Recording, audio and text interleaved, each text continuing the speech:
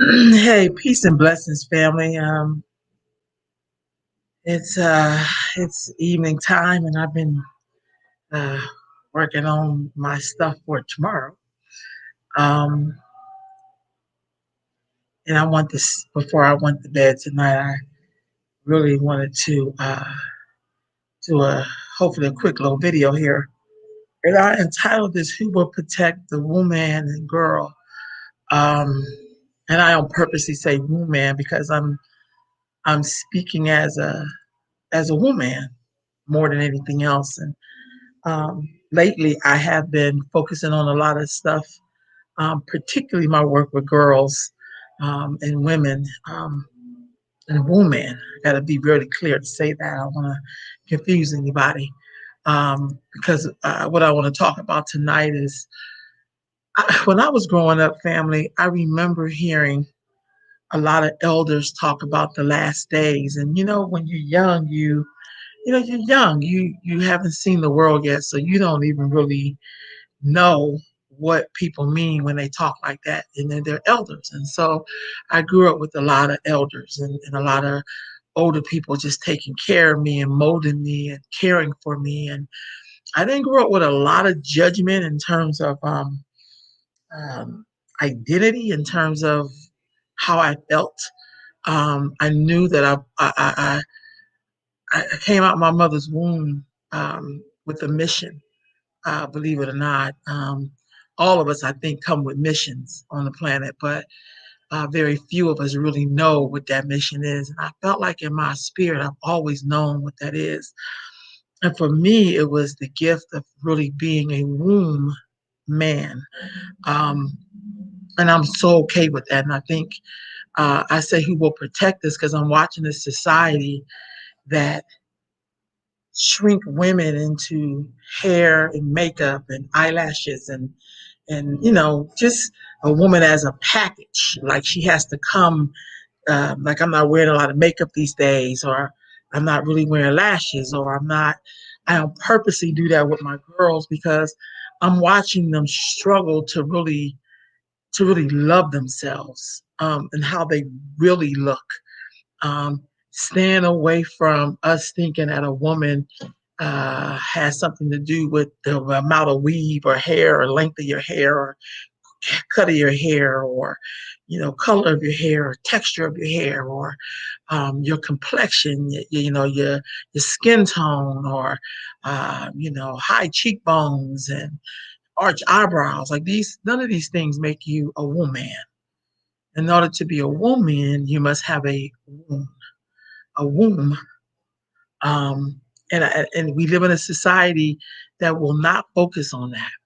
Will Black people in particular in the United States? I can't speak for other places, and I think we have to learn to respect where people are coming from in this regard. We have to really fight to be women, to be seen in our totality, just to how we show up, whether if we have all of those extra fixings, or if you're just being your plain self. And I just feel like I asked myself that question: Who will protect uh, that woman? Because that to me is the sacredest human being you can have. Because to be a woman means that you must be born with a portal. And the only people are really born with portals, the way we know portals, they carry one life from one reality to another. And girls are born with that. And whether they choose to use it or not is up to them. But I feel like we as a society do not provide any real structure or answers or information that will help them grow. We really have in this society, not all y'all. So if it's not you, don't trip. But those of you who are out there doing the work in our community, you know what I'm talking about. The way we use woman, the way we value a woman, if she can protect a man or not, or she can protect other people or not. You know, Black Girl Magic. It's a cute slogan. it's cute. It's, Black people are always given hype. Nothing wrong with that. That's a part of our magic of who we are. But I also think at the same time, it kills and suffocates us because people expect for us to show up and to be the bridge and to be the floor for everyone in the world to walk on, to build on, to open up doors for other people. But no one's opening up those doors for us. It's not reciprocal. Um, and so I'm always really concerned about who will protect us. When you see Black women are being murdered every 7.5 hours. And in our community, we act like that's not happening, or that it's okay that Black people kill each other. And it's like, well, it's just not the same. No, it's exactly the same because death is final. If a woman is not protected, if a girl is not protected, it really affects us all. So you don't really get to have the choice to be something else because you may never get there. Or even if you choose to appear as someone else, you still will be killed down, chopped down like a dog in the street because when people know that you're a woman, we devalue you almost immediately in this culture that we're in. We make space for everyone. And so I feel like those are the things we need to ask ourselves. We need to make room for girls and women to be just that. Like there should not be all of these expectations of what we think a woman does. I know some women who don't wear makeup, who don't wear lashes, who don't wear hair weave. They're very, very natural. And we have to make a place for them because they are the great mothers. I don't know about y'all, but I'm very concerned. Someone said to me once is that when the people that don't have an identity, they become almost the tool of everyone who does. And I feel like being a descendant of an African descendant here in the United States as a result of the enslavement um, times, um, it's very clear that Black people, some of us are so emotional, and emotions are good, but I feel like they're not protected, you know? And I'm so concerned.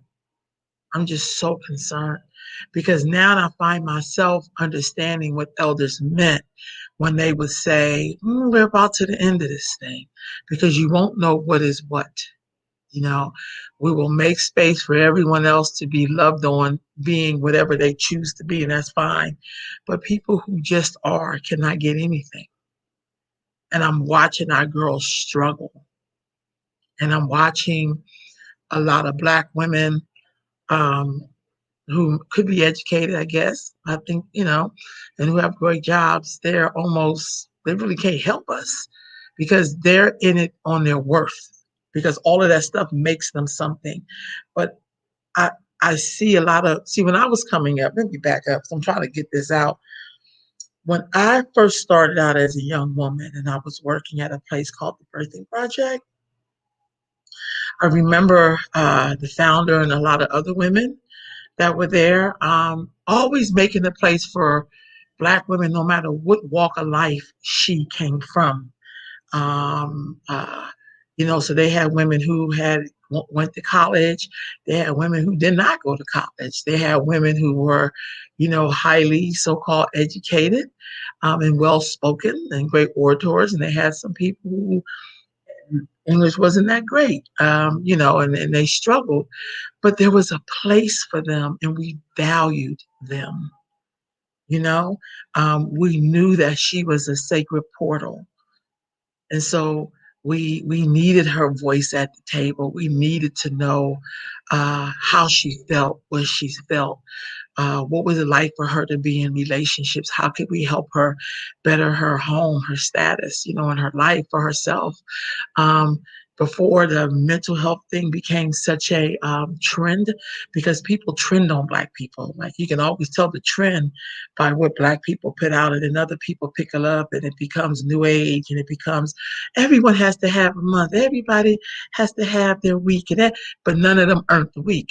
I mean, they didn't even earn these things. They haven't been in America long enough and haven't gone through anything like Black people.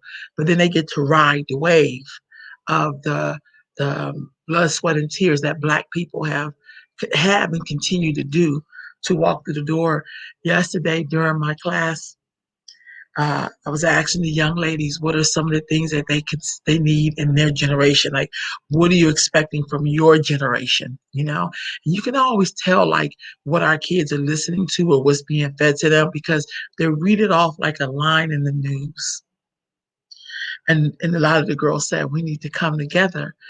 Like, she said that's why we need to have more rallies, more protests. That's what she said. And I said, wow, they got that lesson very well because the only time sometimes Black folks get together is when there's a death or when there's violence. Then we want to pour into the street. And another young lady said, yeah, why do we have to wait for that to have a family reunion? Why is it that we just don't gather and celebrate each other? Why does it have to always be around a tragedy? Why does it have to be always helping some other group but never ourselves? Why don't we ever just celebrate ourselves? And as they were, talking, I was listening to everything they were saying. They talked a lot about violence. They talked a lot about we're not really sure how to help um, our group, because I was sharing with them things that young people have done in the past, things that, we'll say like these young people today, and I'll say, they say that every generation. Some people don't study history. They go to school and they acquire the education, I guess, so they memorize the education, but they don't really learn anything and they really don't study because we keep thinking that the times are different, but the times are almost identical. Because we don't study history, we don't watch. I watch a lot of old reels. I was listening to something, watching something today about the Black men who were fighting in Vietnam, and some of the things those brothers were saying is the same thing. This was like 1970. This was the same thing that they were saying that we're saying today. And I thought to myself, how can I make my imprint with these young women? Because we meet for like 4 hours twice a week. Um, and we discuss a lot of stuff. And I thought to myself, God, we have to do a better job of passing on healthy traditions and showing them. I think that's one of the reasons why I do the Men of Honor, why I do Grandma Hands, why I do the Harry Tubman Awards, why I do Black Excellence, why I'm always constantly trying to celebrate Black people because, and Black women in particular, and girls, and to lift them up without all the expectations. So you don't have to appear to be a young lady that I have to respect because your parents are somebody important, or you got some money, or you can sing or dance, or that should not garner respect. Who you are as a human being, as a sacred portal, we should respect you right off the bat. And I think when they were talking, I that just dawned on me. Like, I think we don't do that enough. We don't honor people right where they are, and particularly the woman. We should not be honoring her because she's helping you do something.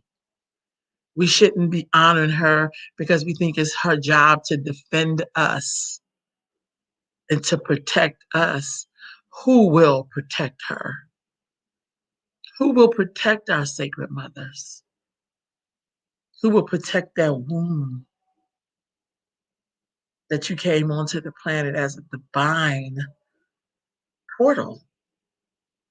That was a gift and I don't know, I hate this word, some people hate it, responsibility that was given to you. And so we treat it like it's something that's not even worth anything, but it's worth everything. So I entitled this, Who Will Protect the Wombman? Family, I'm feeling really good. I got some great staff that I'm loving, that I'm working. You ask the creator to, I ask the creators all the time, the great spirit to give me signs to, push things in my direction. And sometimes it doesn't come easy for me. Everything for me is kind of like, I like working in clay. and I like to mold, and I like to, I like to do for people what folks have that did for me when I was coming up. And what I'm finding myself is I'm organized. So right now I'm working on a Sacred Woman Collective, where I'm going to be gathering with Black women, hopefully across this country, who are working with girls and women. That's who I want to work with. I think we have to create something that celebrates and share information with each other. We should be celebrating when young women are coming in, young girls are moving into womanhood. We should be celebrating that. Um, we should be constantly doing things that celebrate every little thing that comes with turning into a woman, and to understand how sacred your womb is and how sacred you are. We made waist beads, and I was explaining to them that in America, sometimes it feels like you have to give up who you are in order to be in this country, to be accepted. But really, when you master here, you really don't have to give up too much of anything. You just have to honor everything. And so I was saying that the waist beads are not to be seen by other people. Like we can't take people's culture and just bastardize it, like, start wearing face jewelry because it look cute on somebody when we know that certain things have different meanings to it. Or if you're wearing waist beads, let's look at the meaning of things and let's be sacred about it. Like your wound is sacred. What if you walked around and your life is being as sacred as possible? And sacred doesn't mean that you have to be extremely soft and passive. That's not what I'm talking about. Sacred is who you allow to be in your space, in your space, in your space. That's what it means to be sacred, to hold yourself in a very in an honorable way. So, family, I just wanted to come tonight and just to kind of pose that question about our need to be sacred, our need to be to protect that womb and to protect that womb, man. Because I'm so okay with man and woman. See, I know as being a descendant of enslaved people, my family's not immigrants, no disrespect to anybody that is. That's not how we came here. That wasn't our journey.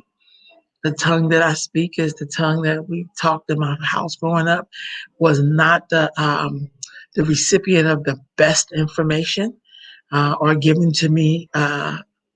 The investment was more like from people's soul and spirit that I needed to survive in order to help those coming behind me and those who are ahead of me and those who are next to me.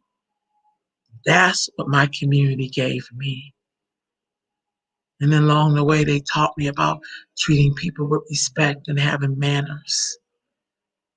They taught me that when you feel like things aren't right, sometimes you have to stop and don't you move another step and just go inward for a moment. Sometimes now in my city, I'm still doing the work, but I'm not working with certain people right now. I'm not being a part of the Negro circus right now. I'm not doing that, right. I'm just kind of done with the Negro circus. I'm done with fake Black unity. I'm done with when you see Black people in position, it don't mean shit to me. I'm not impressed because we probably have had every position in this country and still haven't made the strides that we think we're supposed to. We watched other groups come here in less than 50 and 30 years. They have surpassed Black people. And I think it's because they're rooted in an identity that we don't have, that we can identify as a people. And so when you're a woman and people keep trying to tell you that your roles are all wrong, but then they'll support other people in that same role, that's how crazy this thing has gotten. This is how crazy this thing have gotten. What messages are we really sending to our girls? What messages are we sending when we can't even correct each other? Where we say the most vile things to each other? What are we really saying? What are we really giving an example of?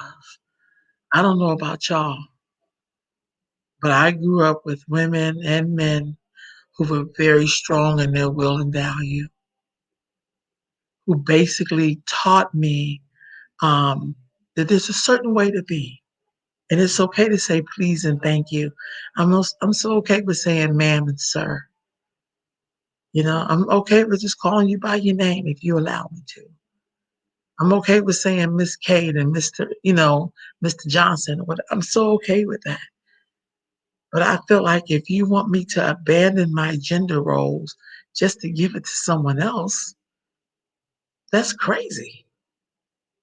And so when you tell people that they can't talk about it, or you're going to make all these laws for other people, and Black folks been here haven't gotten any protection. We haven't got no protection from this government that built every part of this government on our backs and on our heads and on our lives. Right on. Sis, let's talk because I'm so serious. Like I'm in such I got this. Like I just feel like we have to figure out how to make it beautiful for our girls to be woman.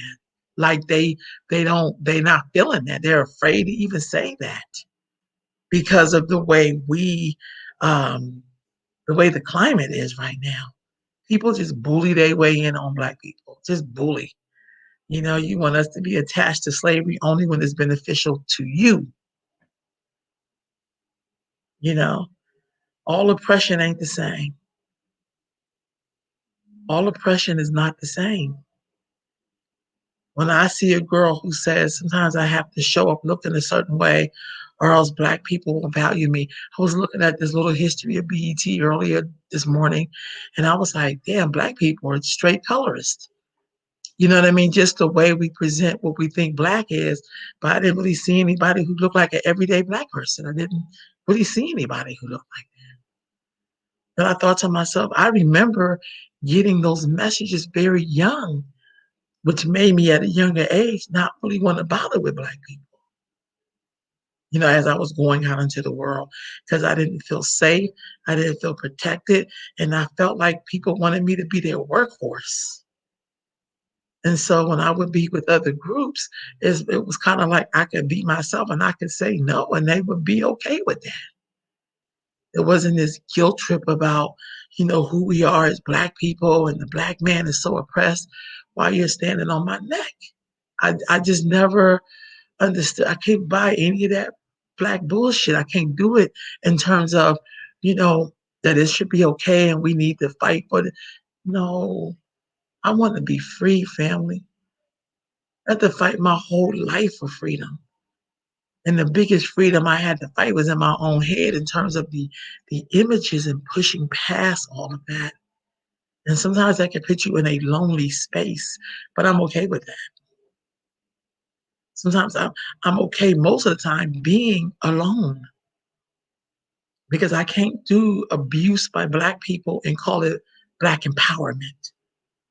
I can't do Black abuse and call it Black love. I cannot do Black abuse and call it Black magic or Black power when it's really just abuse in Blackface. It doesn't make it beautiful and it doesn't make it okay. And so when you're in your culture and you see people treating you a certain way because of the way you look, because of your height or your weight or your complexion, or the fact that you like you like the silence, and some people are bothered by silence because maybe they will hear their own self telling them, sit your ass down, like you're doing too much, you know? Just some of the messaging, family. It's just gotta stop. And we are so much more than all of the products that people used on Black people to come to America and make all their billions. We're more than a bunch of hair weave. We're more than eyelashes.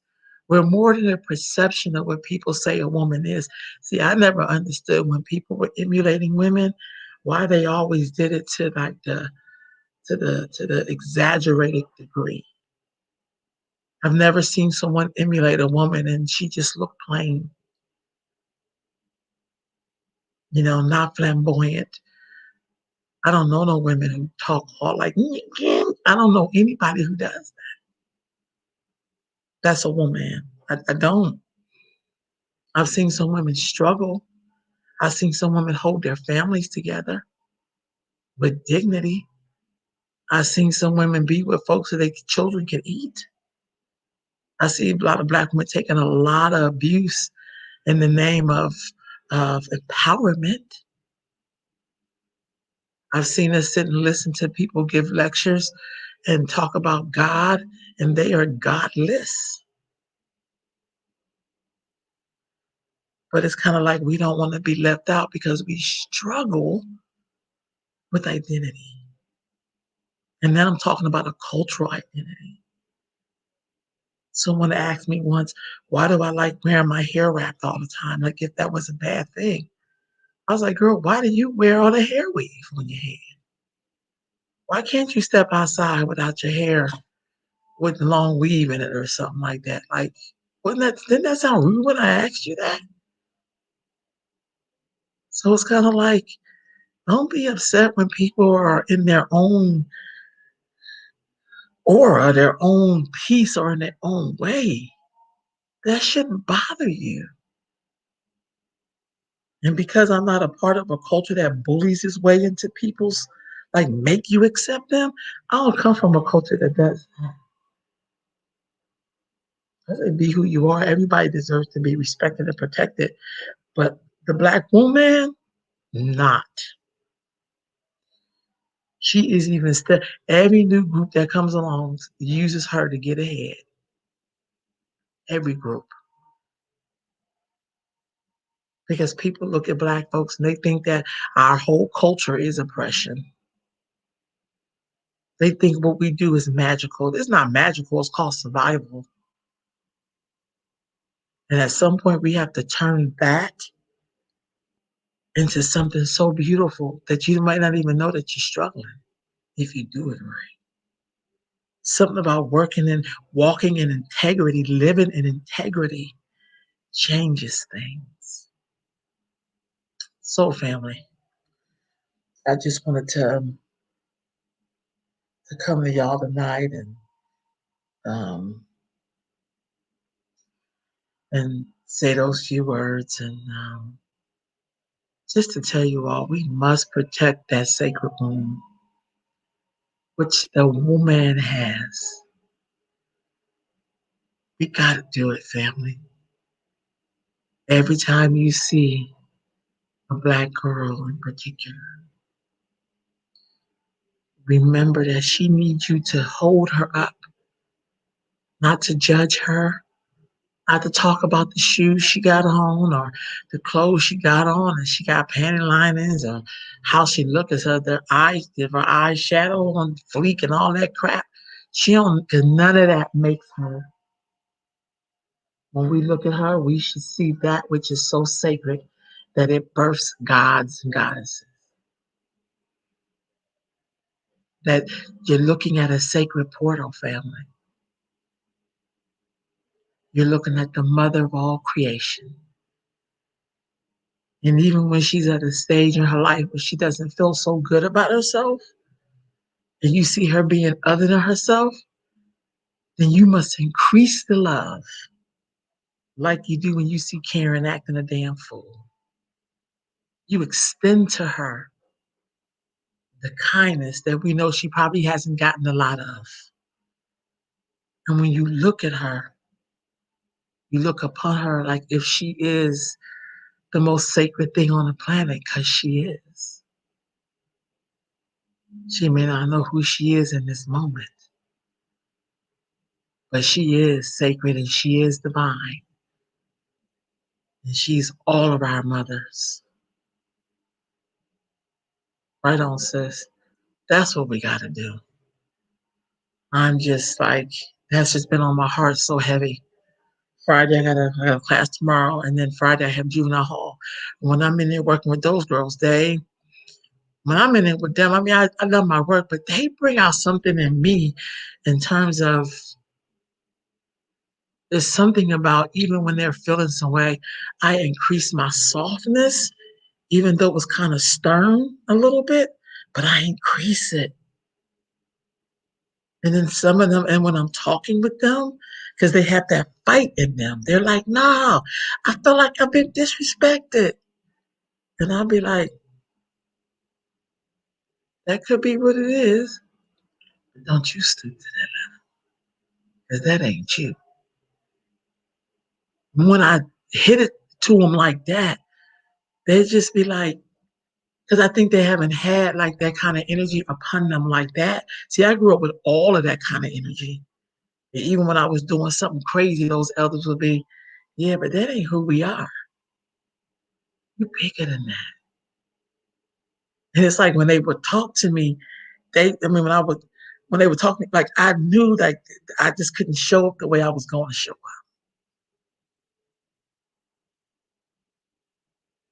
They helped me to remember that I was so connected to that source.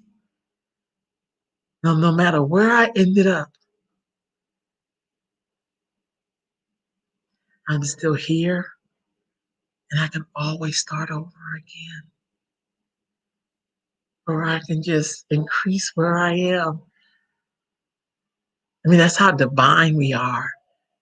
And I watch a lot of young people not get those messages. I got a lot of those messages. So even when I was getting the negative stuff, it was always being countered. They was always teaching me to counter. So grateful for all of those people who just put time in me, who seen me and didn't see my craziness. They seen my divine. They knew that I was divine. They knew it. Right on. And I tell them that. I'm like, y'all find me. Because you have to be clear for them to give them your information. I'm like, y'all find me when you get out of here. I see them every Friday. But I always say, I don't want you to come back in here because we need you out there. But I want you to be free up here so you can stop coming back in here. One of the girls, we talked about freedom in my last session in juvenile hall, and we talked about freedom, and they were saying they really, and one of the girls immediately, she got it. She said, no, she's talking about being free in your mind. I said, because some of y'all could be freer than we could ever be out there, you know? And they're always constantly reminding me that that's really our purpose as I get older. And I've always kind of been like this, but as I get older, I don't know about y'all, I'm grateful if I live to be an old woman. I'm gonna be so grateful because I have like volumes and volumes of elders in my spirit. And that's what you hear. So even though they didn't have much physically, mentally, they gave me a lot. And they taught me how to have pride in myself, in my culture, who I'm from, where I'm from. They taught me that I don't have to always respond. They taught me to practice holding my tongue. They taught me that silence is golden, that you don't have to always meet people with your tongue. They taught me just about how to smile on people, especially if they weren't well. And that was something I really had to learn because I've been through some stuff with some people thinking that they know who I was because of the way I look. And once I mastered that smile, it was like they disappeared. They just went right into the black hole. Like, it's not my fight. So, family, I worry. I worry about this, about the sacredness and the protection of the woman.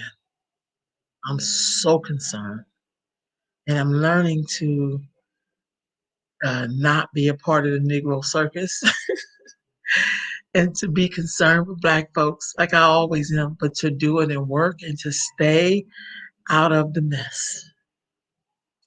last thing, one of the things I did learn is that when you see mess coming with people, if you step yourself all the way back, they will then see each other.